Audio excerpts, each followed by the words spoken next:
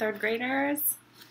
I wanted to continue with Winn Dixie. So we are in chapter 11, and Winn Dixie just started freaking out during the thunderstorm. So let's see what happens in the end. Remember, the preacher started to tell Opal that there's this thing called a pathological fear. And that means that, like, you can't understand why Winn Dixie is so afraid of the storm, but he is. So let's read on. There didn't seem to be a thing we could do for Winn Dixie to make him feel better, so we just sat there and watched him run back and forth and back and forth, terrorized and panting. Every time there was another crack of thunder, Winn Dixie acted all over again like it was surely the end of the world. The storm won't last long, the preacher told me, and when it's over, the real Winn Dixie will come back. After a while, the storm did end. The rain stopped, and there wasn't any more lightning. Finally, the last rumble of thunder went away, and Winn Dixie quit running back and forth, and came over to where me and the preacher were sitting, and cocked his head like he was saying, "What in the world are you two doing out of bed in the middle of the night?" And then he crept onto the couch with us in that funny way that he does, where he gets on the couch 1 inch at a time, as if it's happening by accident, like he doesn't intend to get on the couch, but all of a sudden there he is. And so, the three of us sat there. I rubbed Winn Dixie's head and scratched him behind the ears like he liked, and the preacher said, "There's an awful lot of thunderstorms in Florida in the summertime." "Yes, sir," I said. I was afraid that maybe he would say we couldn't keep a dog that went crazy with a pathological fear every time there was a crack of thunder. "We'll have to keep an eye on him," the preacher said. He put his arm around Winn Dixie. "We'll have to make sure he doesn't get out during a storm. He might run away. We'll have to make sure we keep him safe." "Yes, sir," I said again. All of a sudden, it was hard for me to talk. I loved the preacher so much. I loved him because he loved Winn Dixie. I loved him because he was going to forgive Winn Dixie for being afraid. But most of all, I loved him for putting his arm around Winn Dixie like that, like he was trying to keep him safe. Chapter 12. This is one of my favorite chapters. I think you're going to love it. Me and Winn Dixie got to Gertrude's Pets early for my first day of work. The closed sign was still in the window, but when I pushed on the door, it swung open. And so we went on inside. I was about to call Otis and tell him that we were there, but then I heard music. It was the prettiest music I had ever heard in my life. I looked around to see where it was coming from, and that's when I noticed all the animals were out of their cages. There were rabbits and hamsters and gerbils and mice and birds and lizards and snakes. And they were all just sitting there on the floor, like they had turned to stone. And Otis was sitting in the middle of them. He was playing a guitar.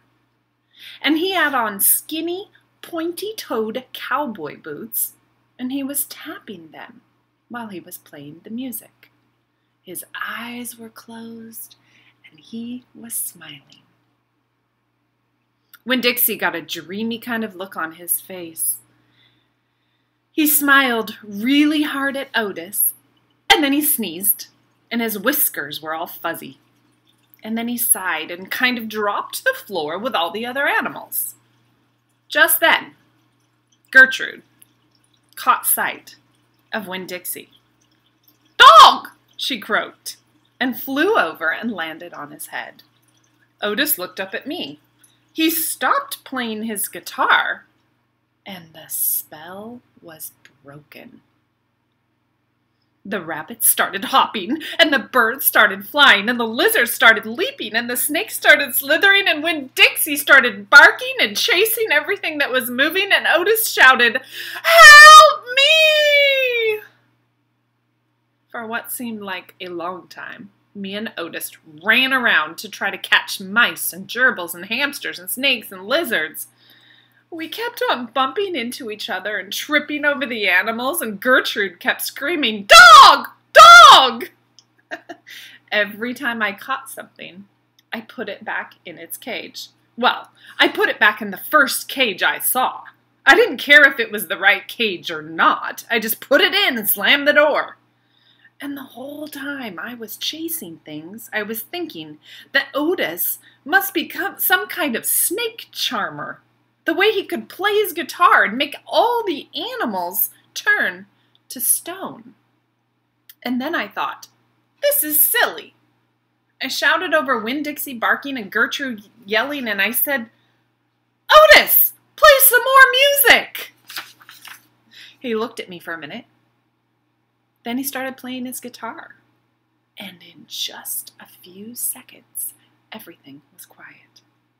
Winn Dixie was lying on the floor, blinking his eyes and smiling to himself and sneezing every now and then. And the mice and the gerbils and the rabbits and the lizards and the snakes that we hadn't quite caught yet sat still. And I picked them up one by one and put them back in their cages.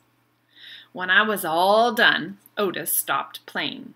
He looked down at his boots. "I was just playing them some music. It makes me happy." "Yes, sir," I said. "Did they escape from their cages?" "No," said Otis. "I take them out. I feel sorry for them being locked up all the time. I know what it's like being locked up." "You do?" I said. "I have been in jail," Otis said. He looked up at me and looked back down at his boots. "You have?" I said. "Never mind," said Otis. "Aren't you here to sweep the floor?" So Otis has a hard time looking at people, so he always looks down when he's talking to people. Do you know anybody like that? "Never mind," said Otis. "Aren't you here to sweep the floor?" "Yes, sir," I told him. He walked over to the counter and started digging through a pile of things, and finally he came up with a broom. "Here," he said, "you should start sweeping."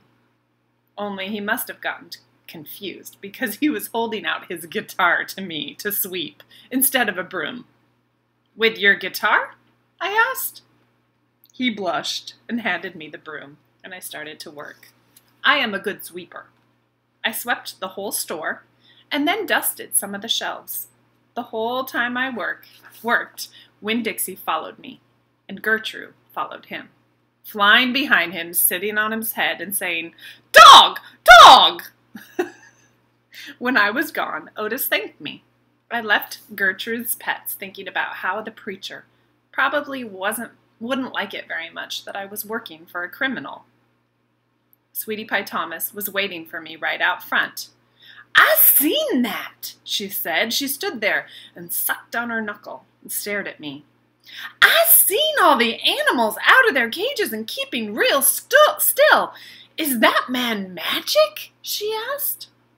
"Kind of," I told her. She hugged Winn Dixie around the neck. "Just like this grocery store dog, right?" "Right," I said. I started walking, and Sweetie Pie took her knuckle out of her mouth and put her hand in mine. "Are you coming to my birthday party?" she asked. "I surely am," I told her. "The theme is pink." "I know it," I told her. "I gotta go. All of a sudden, I gotta go home and tell my mama about what I seen. I live right down there in that yellow house. That's my mama on the porch. You see her? She's waving at you." I waved at the woman on the porch, and she waved back. I watched Sweetie Pie run off and tell her mama about Otis being a magic man. It made me think about my mama and how I wanted to tell her about the story of Otis charming all the animals. I was collecting stories for her. I would also tell her about Miss Franny and the bear, and about how meeting Gloria Dump and about meeting Gloria Dump and believing for just a minute that she was a witch. I had a feeling those were the kind of stories my mama would like, the kind that would make her laugh out loud, the way the preacher said she liked to laugh. Next time, Chapter 13.